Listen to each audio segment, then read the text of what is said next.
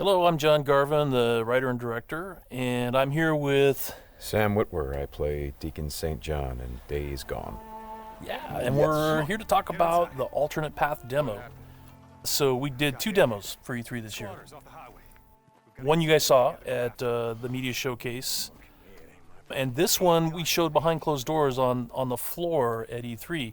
And so for the first time, we're releasing it online so that everybody can kind of take a look at it. And I thought I'd just talk a little bit about, what the differences are, and just kind of just show you what we were trying to accomplish this year.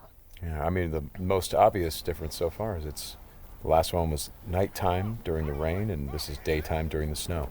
Yeah, and it's not just cosmetic. And I think that's one of the things we really wanted to emphasize, because this time we're showing sort of a day in the life of Deacon. You see he's on the drifter bike here. We wanted to show a little more of the bike riding and how the weather can kind of impact that. So we have this drifting mechanic, right? You see him kind of slipping and sliding around a little bit. Changes the handling of the bike. That's really interesting. Now, there were wolves there last time, John, and these wolves would pursue you down this road, and then Deacon had to turn his back, shoot a wolf, and he got clotheslined right up there, didn't he? Yeah, exactly. So this time you see that he wasn't being chased by the wolves. That's a dynamic event that can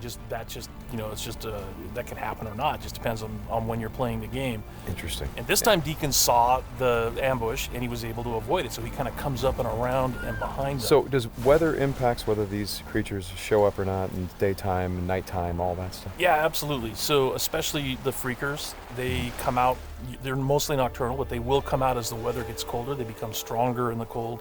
Right. And so that will, again, kind of change up the way the game plays.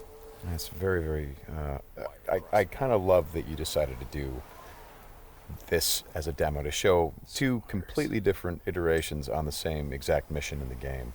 Yes, exactly. So we wanted to have, the job is basically the same. Deacon hears that his buddy's in trouble, rides out to save his life. And, as you can see here, this is a completely different experience from what we showed in the first demo. In the first one, Deacon gets clotheslined, and it sounded very painful, by the way. Oh, speaking of painful, okay, so the combat in this game is fairly brutal. John, you want to talk about that a little bit? Well, we just wanted to make it as, as realistic as possible. So, yeah, we're not holding back on that at all. And Sam's done most of his own stunt work for this. And I can tell you that when we're on the performance stage and we're capturing that stuff, we just try to keep it real, right? Right. Well, right. There was sort of a decision made at some point. I've been on the project for 2 or 3 years now. Yeah, I think 3 years. And so early on, I think there was a more, what were we? It was more Kurt Russell and sort of a two-fisted thing, and then it turned into, hey, let's take this quite seriously. And what that required is a lot more.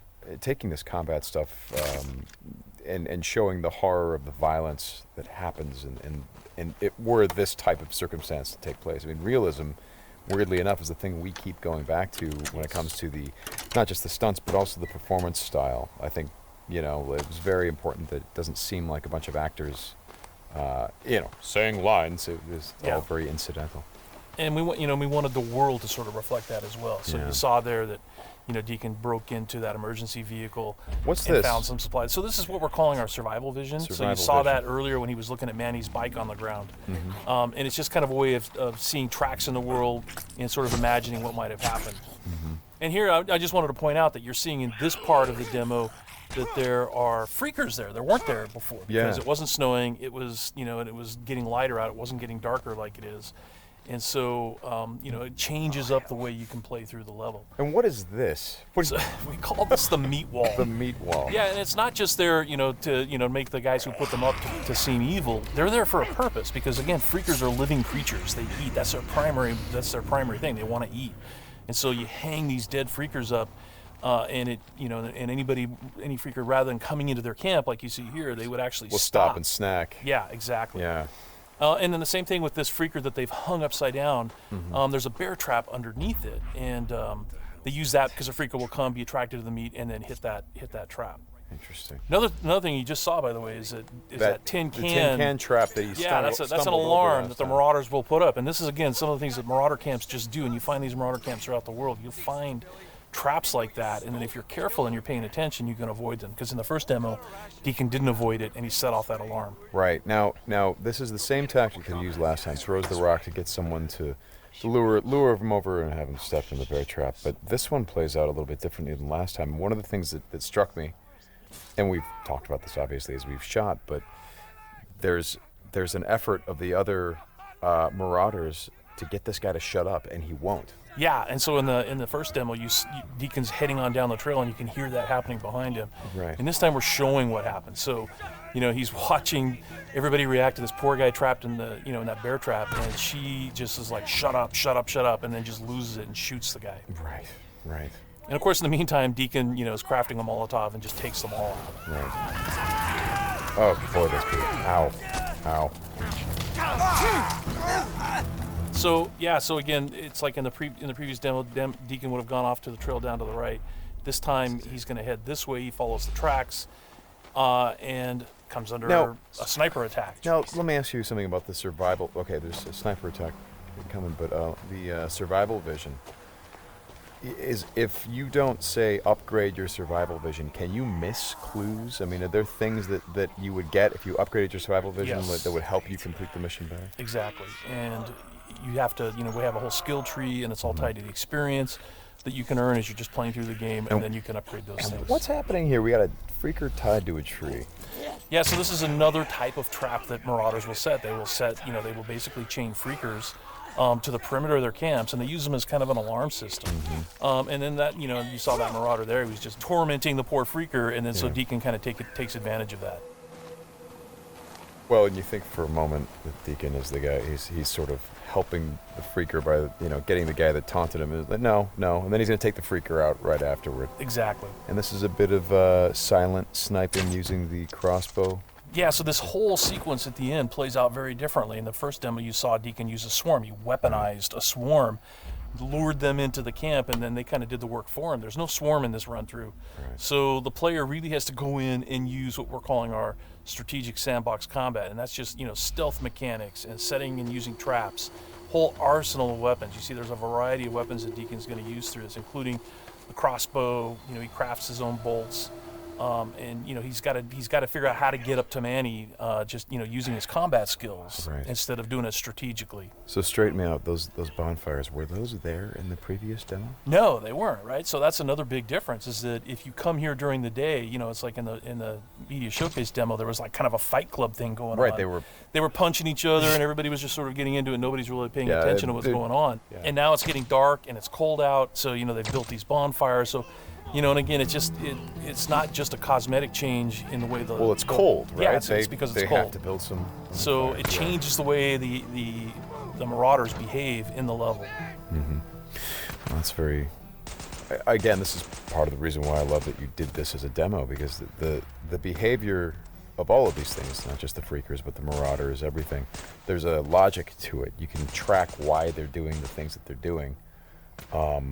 And you can use it to your advantage in the gameplay. That's kind of what I like about this so much.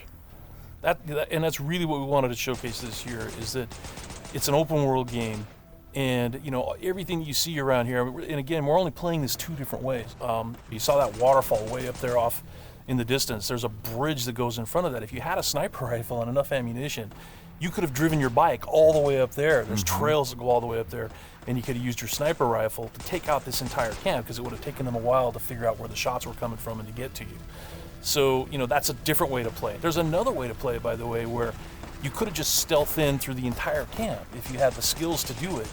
And you could have just taken everybody out silently, or almost everybody, and then you could have gotten up to where Manny's being held using a different route, and just stealth killed that guy. There's no reason that you have to come in and run and gun it like Deacon is doing here. Hey, how scarce is ammunition? Because I see him switching from a bunch of weapons, and when we saw this demo, when I came in and saw it at E3, one of the things that I really enjoyed was I was sitting next to you, and the driver was playing the game.